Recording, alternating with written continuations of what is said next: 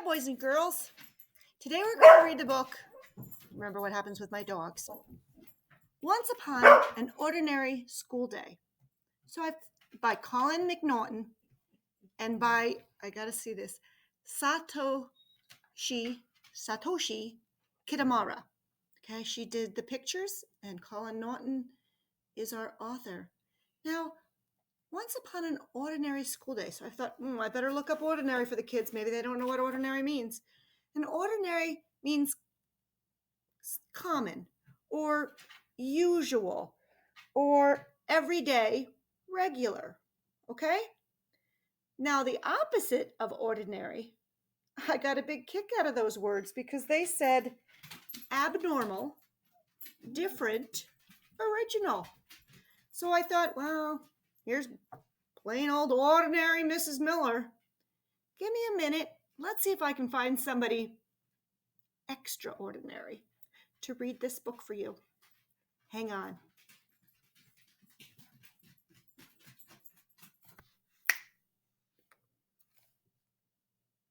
Once Upon an Ordinary School Day.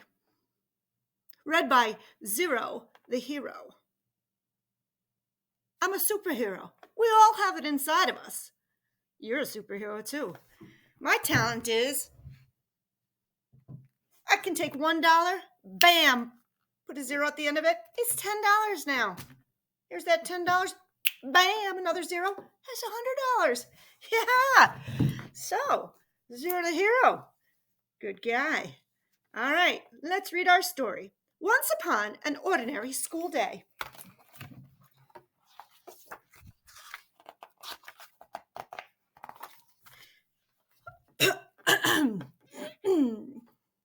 Once upon an ordinary school day, an ordinary boy woke up from his ordinary dreams, got out of his ordinary bed, had an ordinary pee and an ordinary bath, and put on his ordinary clothes, and ate his ordinary breakfast.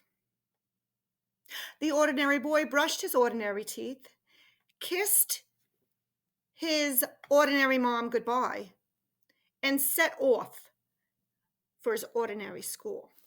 So here you go. Right here, he's getting out of bed. And he's in the bathroom over here doing his ordinary pee. And then he's getting dressed. And over here, he's having breakfast. Not great colors, huh? Great pictures? Where's the color? I don't know. Let's see. And as he walked along the ordinary sidewalks, past the ordinary shops, and across the ordinary streets, the ordinary boy thought his ordinary thoughts. Again, great pictures. Where's the color?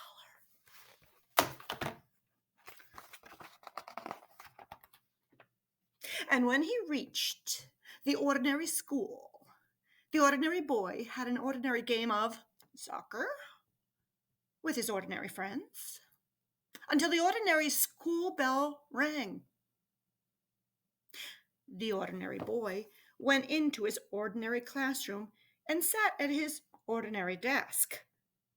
Then something quite out of the ordinary happened.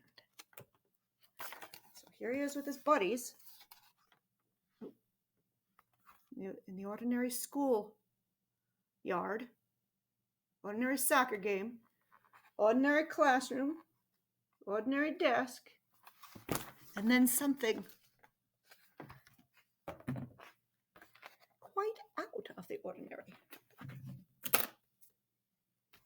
Good morning, boys and girls! Quite an extraordinary figure bounded into the classroom. My name is Mr. G. Oh, it's Mr. Gee, actually. Sorry, my mistake. Gee. I was going to be like, wow, we have a Mr. G too. Sorry, Mr. Gee. And I'm your new teacher. Now, you don't know me, and I don't know you. So to help me get to know you, I have an idea. As Mr. Gee handed out paper, he said, "For our first lesson today, I want you to listen to some music, and I want you to let the music make pictures in your heads. Is that clear?"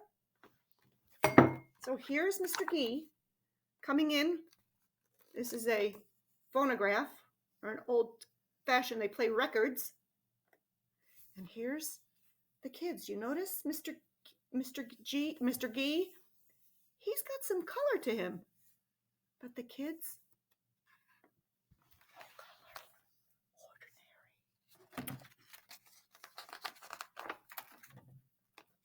And the ordinary children whispered, "He's bonkers. He's as naughty as a fruitcake. Music? Pictures? What's he talking about?" And Mr. Gee said, "Shush.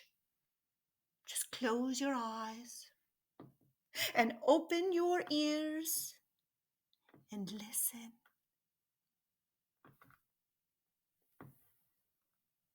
And the music began. A rumbling, rolling, and thunderous music that boomed and crashed around the classroom. Here's telling the children, "Shh, and listen." Oh, did you notice something?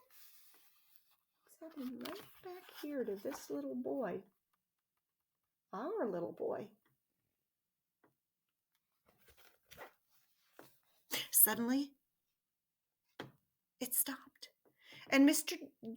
Gee said, "Tell me what the music made you think." One girl shouted, "Stampeding horses." Someone else said, "No, it was cars." And the ordinary boy said, "I saw elephants, and there were hundreds of them." "Yes," said Mr. Gee, laughing. "Isn't that wonderful? Now, I want you all to try to put what you hear onto paper. Start writing." So I'm going to show you that picture again. There was the children listening. And here's our little friend that said, "Elephants, lots of them." And then Mr. Gee said, "Put it down on paper." And as the music grew and swooped and danced and dived once more, the ordinary boy began to write. He used words he didn't fully understand, and his story made no sense, but it didn't matter because he didn't care. And he wrote as fast as he could, but it would never be fast enough. There was too much to say. It was as if a dam had bursted in his head and words just came flooding out. So there he is writing his story. Remember he said what he saw? Elephants, hundreds of them.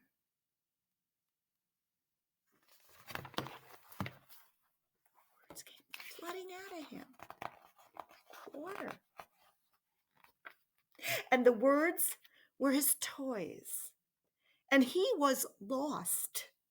Lost in the game, the storytelling game. It was extraordinary. So there's our little boy, our little hero, and he's riding on top of the elephant. And he's writing his adventure, his extraordinary adventure. Oh, there's absolutely no words on this page, but his adventure continues. Where is he now? On the back of a dolphin.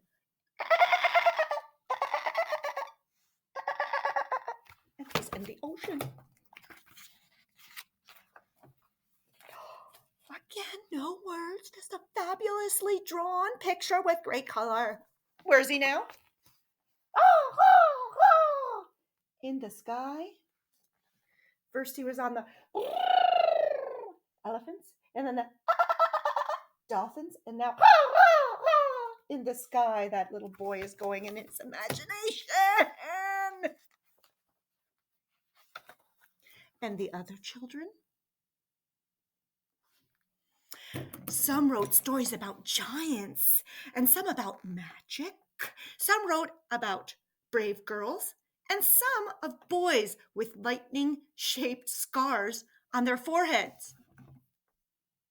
Huh. Oh, I know that character.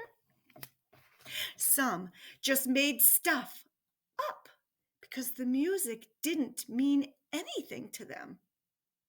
And Pauline Crawford read Wonder Woman.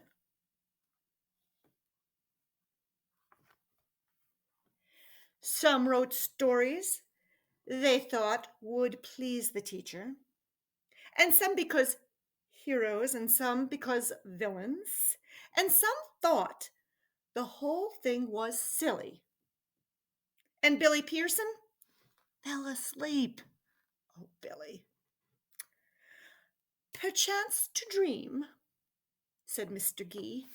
Oh, so here's the giants, and here is the magic. Here is a lion tamer. Here is a superhero fighting villains. Do you notice that all the children are now colored in? Their adventure, their own imagination storytelling game gave them color.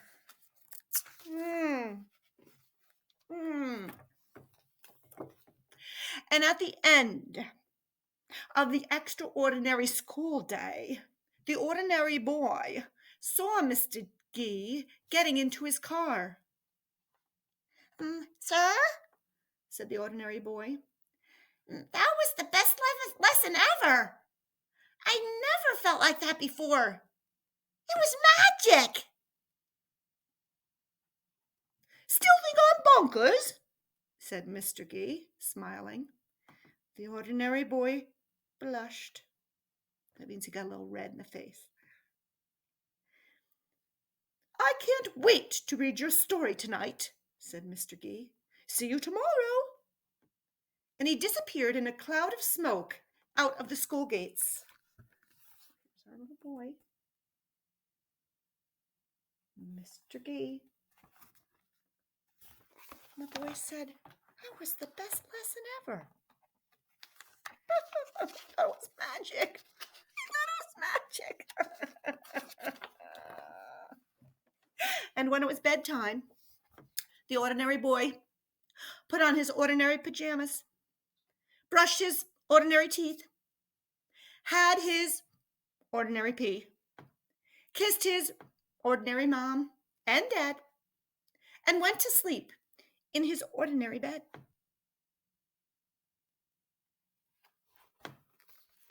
And had extraordinary dreams.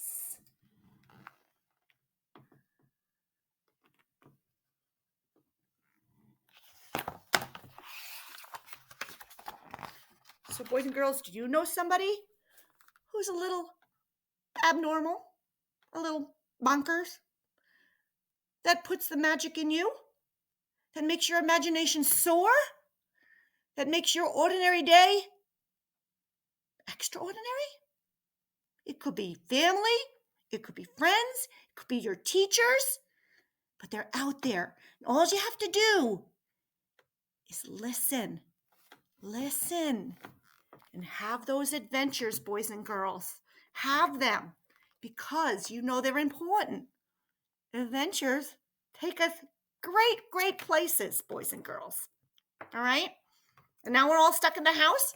So let's go great places in our mind and then jot it down. And then Miss Flores will be happy too, because then you're writing. And she loves those great stories, boys and girls. So, boys and girls, for now, you know what? Mrs. Miller loves you. Mwah! Until we meet again. I'll see you soon. Love ya. Hoo-hoo. Booyah. See?